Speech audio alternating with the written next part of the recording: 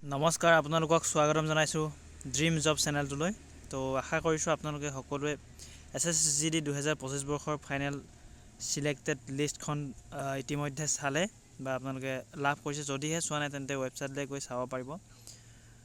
তো আপোনালোকৰ যিহেতু ফাইনেল লিষ্ট কোনটো পোষ্টত আপোনালোকে চাকৰি লাভ কৰিছে সকলোবোৰ নটিচ জাৰি কৰিছে আৰু কোনে কোনে কোনটো পোষ্টত পাইছে কমেণ্ট ছেকশ্যনত জনাব। আৰু নেক্সট ষ্টেপবোৰ জানিবলৈ আমাৰ চেনেলটো ছাবস্ক্ৰাইব কৰিবলৈ নাপাহৰিব। আৰু আমি সকলোবোৰ কথা ডিছকাছ কৰিম ইয়াতে। তো যিসকলে এবাৰ চিলেকশ্যন নাপালে, কিছুমান পইণ্টৰ 0.1, 0.2, 1-2ৰ কাৰণে নাপালে, কিয় নাপালে নিশ্চয়কৈ আপোনালোকে অনুভৱ কৰিব পাৰিছে আৰু কেনেকৈ শুধৰণি কৰিব পাৰিব। এইবাৰ যিহেতু 2026ত আপোনালোকে আকৌ এবাৰ যদি এটেম্প কৰিম বুলি ভাবিছে তেন্তে পঢ়া ষ্টাৰ্ট কৰি দিয়ক। আৰু আপোনালোকৰ যিহেতু এক্সাম ডেট মুকলি কৰি দিয়া হ'ল 23 ফেব্ৰুৱাৰী মেবি 23 ফেব্ৰুৱাৰী মাহৰ পৰা আপোনালোকৰ ষ্টাৰ্ট হৈছে।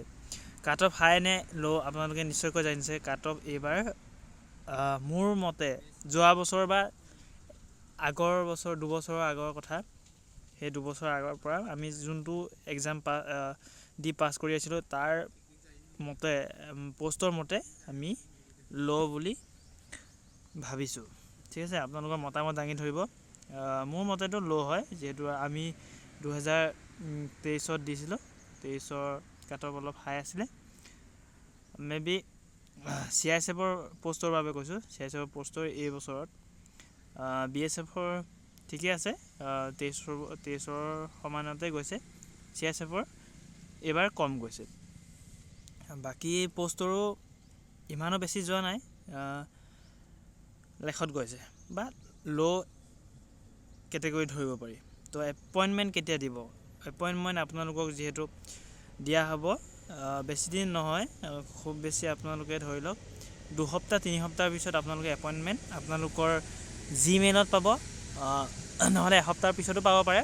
আৰু জিমেইলৰ পোৱাৰ এসপ্তাহমানৰ পিছতে ফিজিকেলি আপোনালোকে পোষ্ট অফিচত পাই যাব। তো তাৰ আগতে আপোনালোকে কিছুমান ডকুমেণ্টছ ৰেডি কৰিব লাগিব। তো ফিজিকেল পোৱালৈকে আপোনালোকে ৰৈ নাথাকিব, যিহেতু যোনখন জিমেইলত আপোনালোকৰ এপইণ্টমেণ্ট লেটাৰ থাকিব তাতে কেইটামান ফৰ্মেট দিয়া থাকিব। মই আপোনালোকক এটা নতুনকৈ ভিডিঅ'ত জনাই দিম যে আপোনালোকে ডকুমেণ্টছ কি ৰেডি কৰিব লাগিব। ঠিক আছে, যদিহে আপোনালোকে জানিব ইচ্ছুক তেন্তে কমেণ্ট ছেকশ্যনত জনাব ডকুমেণ্টছৰ বাবে। তো কি ডকুমেণ্টছ আপোনালোকে ৰেডি কৰিব লাগিব, আপোনালোকৰ সকলোবোৰ ক'ত যাব লাগিব সকলোবোৰ আমি ডিটেইলছত জনাই দিম। এয়াই, যিহেতু আপোনালোকৰ চিলেকশ্যন লিষ্টটো আপোনালোকে চাই ল'ব। আৰু বাকী উইথহেল্ড কেণ্ডিডেটৰ বাবে যিহেতু তেওঁলোকৰ যিহেতু ৱেইটিং লিষ্টত যদি আছে বা উইথহেল্ড হৈ আছে তেন্তে তেওঁলোকে চিন্তা কৰিবলগীয়া কোনো কথা নাই। তেওঁলোকৰো চিলেকশ্যনটো হ'ব, কিন্তু এবছৰ মেবি 8 মাহ 9 মাহমানটো ৰখিবই লাগিব। কোৰ্ট কেছ কৰিলেও আপোনালোকে 8 মাহ 9 মাহ ৰখিবই লাগিব, বা নৰ্মেলি প্ৰচেছত গ'লেও আপোনালোকে এবছৰমান ৰখিবই লাগিব। তো কেতিয়াবা কোৰ্ট কেছ কৰিলে সোনকালে হৈ যায়, কেতিয়াবা নৰ্মেলিও সোনকালে হৈ যায়। তো সেইটো আপোনালোকৰ ওপৰত ডিপেণ্ড কৰিব। এয়াই আছিলে আজিৰ ভিডিঅ'টো যিহেতু।